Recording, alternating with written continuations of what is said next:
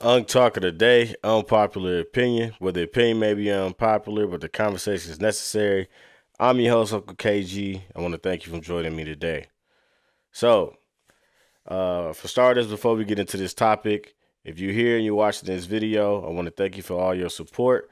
I also want to remind you to hit that like button, comment, and give your thoughts and opinions on the videos, and make sure you share and subscribe. All right. So, today we're going to talk about living with your significant other before marriage. Is it a good idea? Living with your partner before marriage, is it a good idea? Now, I understand that in today's culture that we don't necessarily try to wait for marriage before we decide to cohabitate with somebody, to live with somebody, right? To coexist in the same environment, in the same residence. We don't tend to follow that mode of waiting to get married to do so.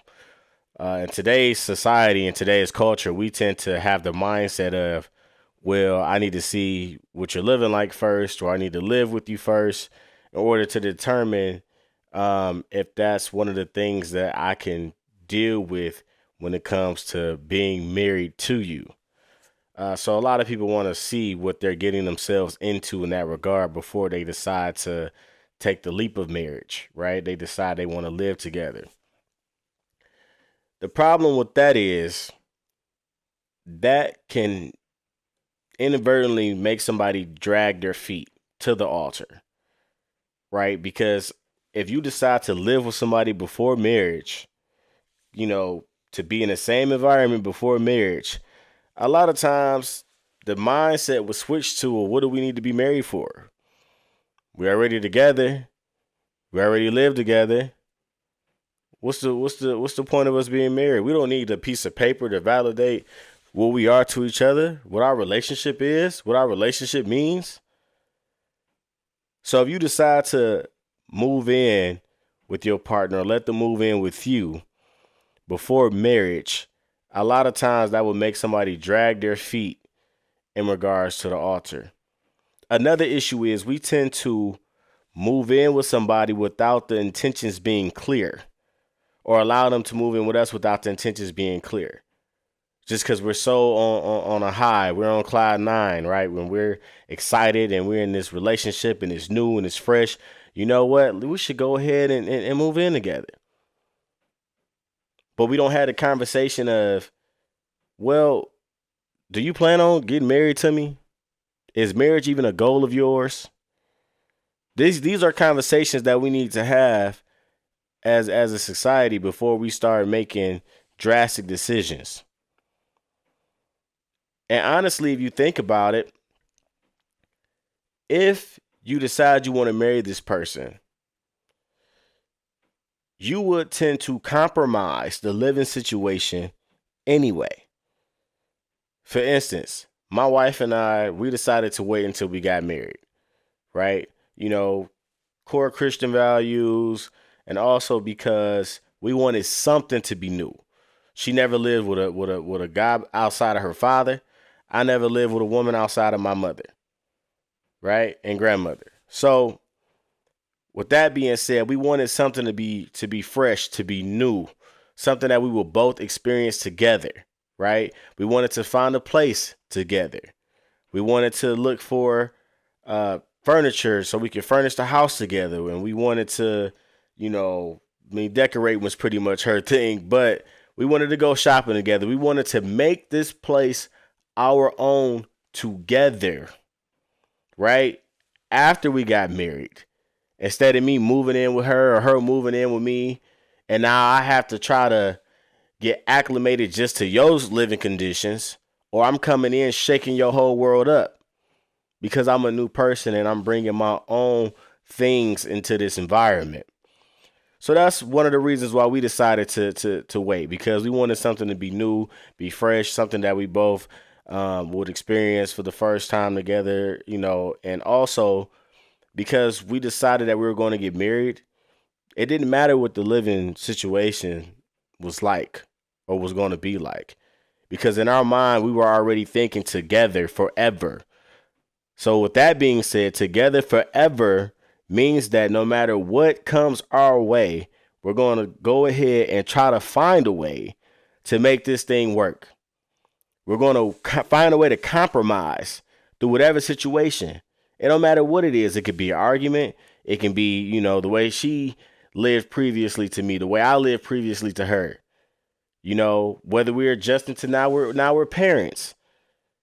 We have different careers than when we first started dating. It's a lot of adjustments that you have to make when you become one, when you actually get married, right? In the eyes of God and in the eyes of the law, right? So because you have to make adjustments anyway. What's adjusting to the living conditions? Okay, you just add that to the list, right? We're thinking together forever anyway, right? So it don't matter what comes my way. We're in this thing till death do us part. So we're going to compromise and find a way to make this thing work no matter what. But when you decide to move in with somebody before marriage, it's a couple different things, right? It could be issues when it comes down to the finances.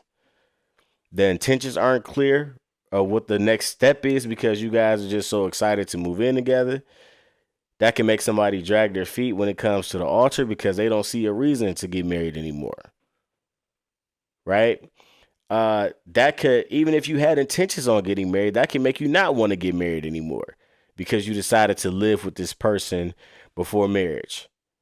Right? And I understand that it's different strokes for different folks. Some people have lived together and then still got married. Right? Some people have lived together and it just works for them. Some people have waited to get married to live together and gotten divorced. So I understand it's definitely depends on your situation. It's definitely situational based, right? It's definitely situational based.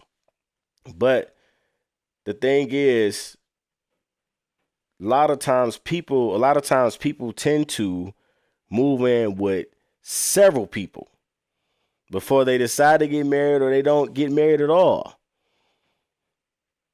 This is your 5th serious relationship. And this is the 5th person you decided to live with. That's too much.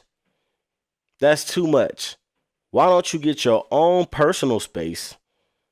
Go and visit, spend a night with the person you're dating or whatever from time to time.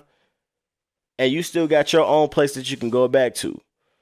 So that way, if this relationship doesn't work, if marriage is not an end game or end goal of yours or theirs, you still got your own separate places to be. You still have your own separate environments that you live in. You have your own residency.